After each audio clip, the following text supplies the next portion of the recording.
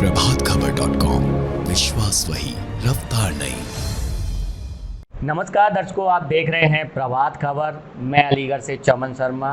आज इमरजेंसी यानी आपातकाल की 47वीं वर्षगांठ है और आज ही के दिन इमरजेंसी लागू हुई थी इंदिरा गांधी के समय में।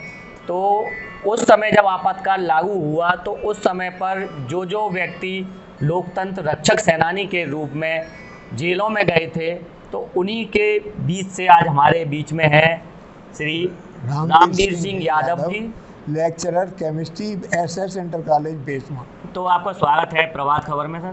तो सर, जैसा कि दर्शक जानना चाहते हैं जो उस समय नहीं थे इमरजेंसी के टाइम में, तो आप उस समय थे, तो इमरजेंसी की सबसे पहले पता कैसे लगी कि इमरजेंसी लग गया, किसके द्वारा लगी? मैं फिरोजाबाद पीडीएन इंटर कॉलेज में आरएसएस के शिविर में शिक्षक था। तो हमको ये मालूम पड़ी कि इमरजेंसी लग जाएगी, तो वहाँ से छुट्टी कर दी गई। तो हम सीधे बेसमा आए। बेसमा में हमें अपने घर सूचित किया कि आज इमरजेंसी लगी है, अरेस्टिंग हो सकती है। तो अरेस्टिंग की जा रही थी उस समय? हाँ, अरेस्टिंग चल रही थी, जो उन्हें पहले ही संभावित लोगों को अरेस्ट करके भेज दिया, यानी कि उनकी जो संभावना होगी कि ये उपद्रव कर सकते हैं। हाँ, तो उनके लिए वारंट निकल चुके थे और पुलिस घूम रही थी।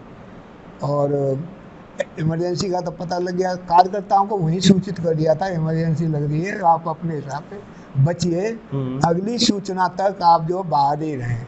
अच्छा, जहाँ पर अगली आप अंदर न जाने, मतलब ये हमारा कार्यक्रम का सब आरएसएस के लोगों ने ही जाल बिछा करके सबको सूचना देना। जो जेल में गए थे उनकी सूचना, उनके घरों की परवरिश करना, पैसा नहीं है तो पैसा पहुंचाना, अनाज नहीं है तो ये सब पहुंचाना। इस काम के लिए हम लोग उन्होंने पहले ये सूचना दी गई थी कि कोई जेल में बहुत कम लोग जाएं। तो इसी के तहत हम लोग जेल में नहीं गए थे। और बाद में जब ज़्यादा प्रेस पड़ा, हमारे घर की कुर्की हो गई थी, सब सामान पुलिस बांध ले गई। और तब एक दिन हमें पुलिस वाला ही स्वयं मिल गया, वारंट उसके थे।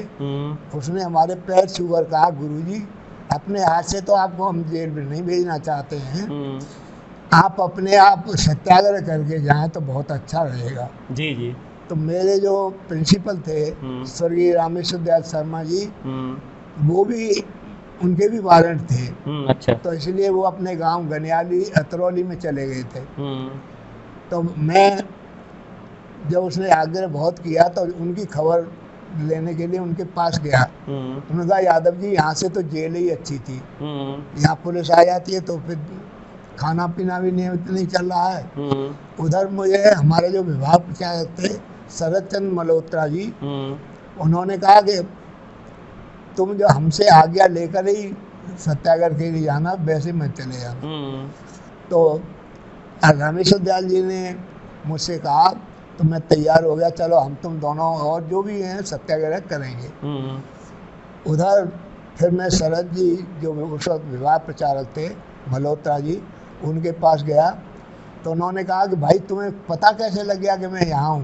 मैंने कहा, मैं जिले का शारीरिक प्रमुख हूँ, सबसे एक्टिव इकाई होती है, मुझे पता नहीं होगा तो कौन कहाँ है, मुझे सबका पता है। अच्छा, इसका मतलब तो हम पकड़े जाएंगे? शरद जी बोले। मैंने कहा, कोई चिंता की बात नहीं है, आप आज्ञा दीजिए, मैं और आर.डी. शर्मा जी कल शासन के खिलाफ विद्रोह करते हुए और जुलूस निकाल करके जेल में जाएंगे। तो आपने वैसा ही किया? फिर वैसा ही हमने किया। पहले जुलूस बेसमा में निकाला, कॉलेज में भाषण दिया, इसके बाद में इगलास में जुलूस निकाला, तो भी पुलिस पकड़ने नहीं आई। फिर हम सीधे वहाँ गए थाने। थाने जो बड़े इंस्पेक्टर थे उन्होंने कहा, गुरुजी इस प्रोग्राम को मतलब आपने जो खूब मन चीटी करके निकाल लिया, बहुत अपने इच्छा पूरी कर ली, इंदिरा गांधी के खिलाफ नारे भी दे दिए, अब इस पर आप दस्तखत कर दो और घर जाओ। अच्छा। 20 सूत्री कार्यक्रम स्वीकार है। तो आर.डी. शर्मा जी बोले कि अगर रामवीर सिंह यादव कह देंगे तो मैं मान लूँगा। मैंने कहा, साहब वहाँ से भाषण दे देकर आए हैं और लोग ये समझेंगे डर के मारे चले आए, माफ़ी मांग कर चले आए। तो उन्होंने कहा, नहीं सर, तो अब फिर आप हमें जेल भेज दीजिए। अच्छा, तो आपने सिग्नेचर नहीं किया उसमें? नहीं, उसमें सिग्नेचर नहीं किए जो बीसुती कार्यक्रम। हाँ। तो फिर उन्होंने कहा चलो फिर जेल ही भेजो। स्वागत करके उन्होंने पूरा खाना वाना नाश्ता करा के फिर हमको जेल भेज दिया। एक बूढ़ा सिपाही था, एक नौजवान सिपाही था हमारे। अच्छा अच्छा। और हम भी जुलूस ही था बाहर स्टूडेंट का और लोगों का, करीब 100 लोगों का। फिर जुलूस के रूप में ही हम जो है गाड़ियों से वहाँ पहुँचे अलीगढ़ दीवानी पर। हाँ। तो दीवानी पे कहा गलत आप आ गए, यहाँ से वारंट नहीं जेल जाने बनेंगे, कलेक्ट्री कचहरी से बनेंगे। फिर कलेक्ट्री कचहरी आए, वहाँ से फिर जेल के फाटक पर आए और जेल के फाटक पर दो की लाइन पर करके अंदर घुस रहे थे लोग जेल में। जी जी। तो हमारे प्रिंसिपल साहब का हाथ बांध दिया गया दोनों। फिर हम जो है भीतर घुसे तो भीतर से आवाज़ आ रही, जयकारे लगा रहे, नारे लगा रहे थे, रामवीर सिंह यादव जिंदाबाद, अंदर वाले, और बहुत हल्ला कर रहे थे। लगभग 550 लोग हमसे पहले अंदर थे। अच्छा। 3 बैरकें पूरी फुल थी। हाँ। फिर हम यहाँ पर वो कपड़े और बर्तन मिलते हैं उस लाइन में लगे और लाइन में लगकर एक बहुत बढ़िया बात जो बीती, बड़े भयभीत की बात थी। क्या? जैसे ही हम पहले गेट से भीतर घुसे तो किसी ने 2 कुर्सी डाल दी। मेरे आर.डी. शर्मा जी को बैठा दिया। अब हमारे साथ में और 15-20 लोग थे, उनके कपड़े बहुत अच्छे थे, साफ सुथरे थे। तो उन्होंने कहा नीचे नहीं बैठेंगे हमें, तो हमारे कुर्सियों के हैंडल पर बैठ गए। अच्छा। अब वहाँ से क्या थोड़ी देर में देखते हैं कि बहुत भूत ऐसा आदमी आया। अच्छा। लंबा और जिसकी नाक नहीं थी, होठ नहीं था, और हर करके उसने इसमें घोंटी दो, इसमें घूसा दे। सब जेल में। हाँ। अंदर पहली फाटक के अंदर। हाँ।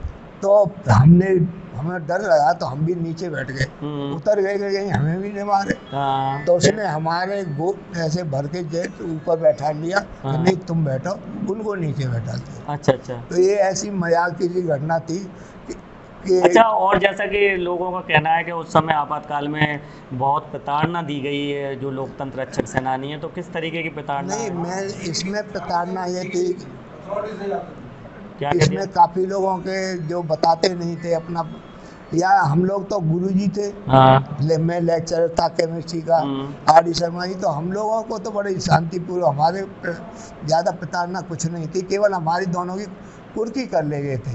अच्छा, और लोगों की क्या सुनी जा रही थी? और लोगों के जब उनको पीटा है, मारा है, पूछा है कि लोकतंत्र अखबार कहाँ से आता है, ये दो, उनमें नाखून उखाड़े, किसी को कुछ किया। अच्छा, नाखून तक उखाड़े? हाँ। अच्छा। हाँ, तो अच्छा, उस समय माहौल कैसा था? जैसा कि रात में या दिन में प्रशासन जो था उस समय, पुलिस प्रशासन कैसा था? ऐसा था कि पुलिस प्रशासन एक्चुअली बहुत नरम था। ज़्यादा नरम नहीं, मतलब सही है। मुझे यहाँ पुलिस वाला पहले मिल गया था जो मुझे वारंट दिखाए कि देखो रेड मार्क लग गया मेरा, वो खराब हो गया, गुरुजी आपको मैं अपने हाथ से नहीं पकड़ूंगा, आप सत्याग्रह करते हुए चले जाओ। तो उसके आग्रह की वजह से मैंने कहीं नौकरी नहीं छूट गया। हमने प्लान बनाया इसका। अच्छा। तो बेसवा में जुलूस निकाला, इगलास में जुलूस निकाला, तब जाकर के गए अंदर। तब जाकर के उसने तभी मनाया कि आप लौट जाओ, बीसुती कार्य स्वीकार लिख दो। तो अभी आप हमारे बीच थे लोकतंत्र रक्षक सेनानी, एक और हैं हमारे साथ में, उनसे भी हम पूछ लेते हैं उस समय की यादों को। आपका नाम क्या है? मेरा नारायण दत्त शर्मा है। तो जिस समय आपातकाल का मामला हुआ था, तो जैसा कि बहुत सी जो हमारी अब की पीढ़ी है वह यह जानना चाहती है कि आपातकाल जिस समय घोषित हुआ तो उसके बाद क्या तब्दीली आई थी? जैसे कि इस तरीके की आई थी कि जैसे कोरोना काल में वो लग गया था लॉकडाउन, ऐसी थी या और भयावह स्थिति थी? हाँ, स्थिति तो धीमे धीमे थोड़ी भयावह होती गई थी। शुरू में तो थोड़ा सा नरम सा था, लेकिन ज्यों ज्यों हमारी स्थिति बढ़ती गई और जो ऊपर से पकड़ने की जो प्रक्रिया थी वो लोग हाथ में नहीं आ रहे थे, तो पुलिस वालों ने फिर अत्याचार करना शुरू कर दिया था। अच्छा, किस किस तरीके के?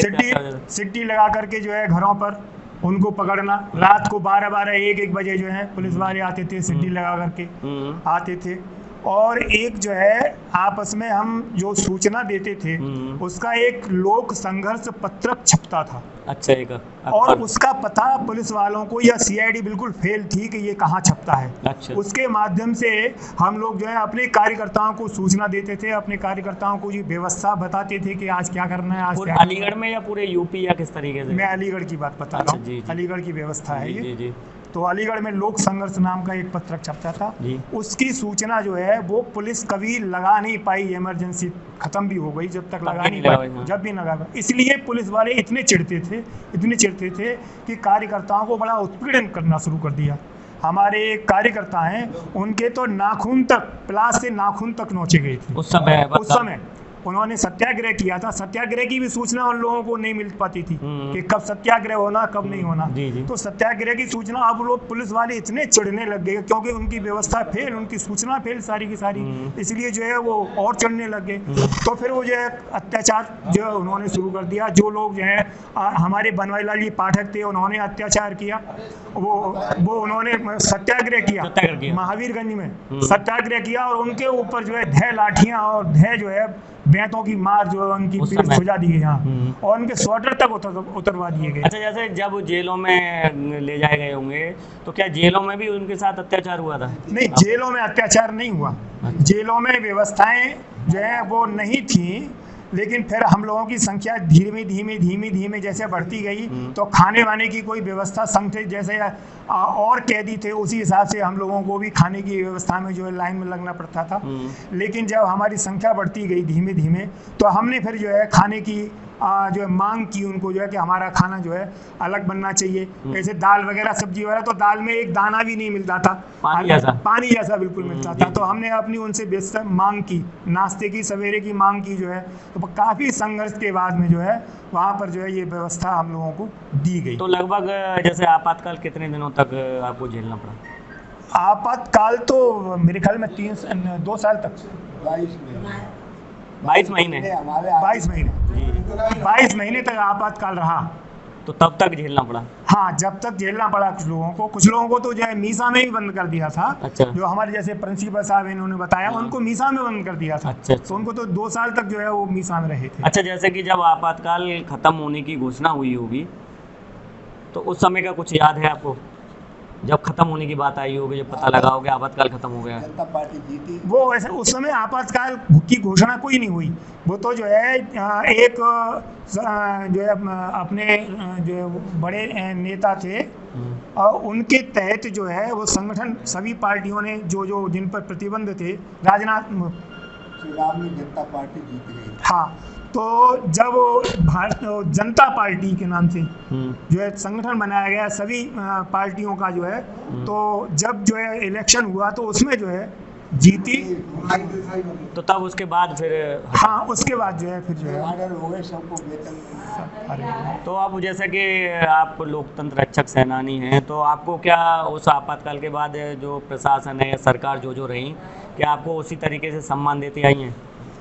नहीं, उसमें हाँ बीच में जो है माननीय मुलायम सिंह जी की जब सरकार आई, जब उन्होंने ये लोकतंत्र संगठन जो है वो गठित किया था सब मिल करके, और उसमें कुछ जो है करीब 3,000 रुपये की राशि उनको देने की जो है उन्होंने घोषणा की थी।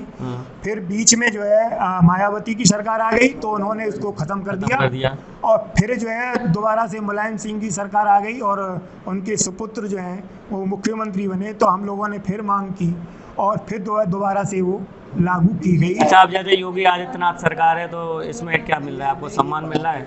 इसमें ऐसा है कि जब उनकी सरकार आ गई तो वो सरकार उसमें जो है पास नहीं था, लोकसभा में वो पास नहीं था।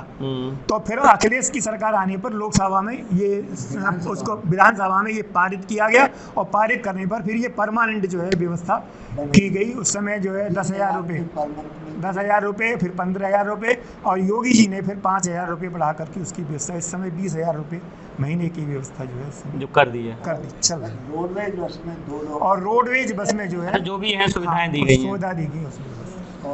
तो देखा आज हमारे बीच में थे 2 लोकतंत्र रक्षक सेनानी जो कि अलीगढ़ से हैं और आज उनका सम्मान किया जाना है भारतीय जनता पार्टी के द्वारा। सम्मान के योग्य ये पहले भी थे, हैं और हमेशा रहेंगे। तो आप देखते रहिए प्रभात खबर। मैं अलीगढ़ से चमन सर।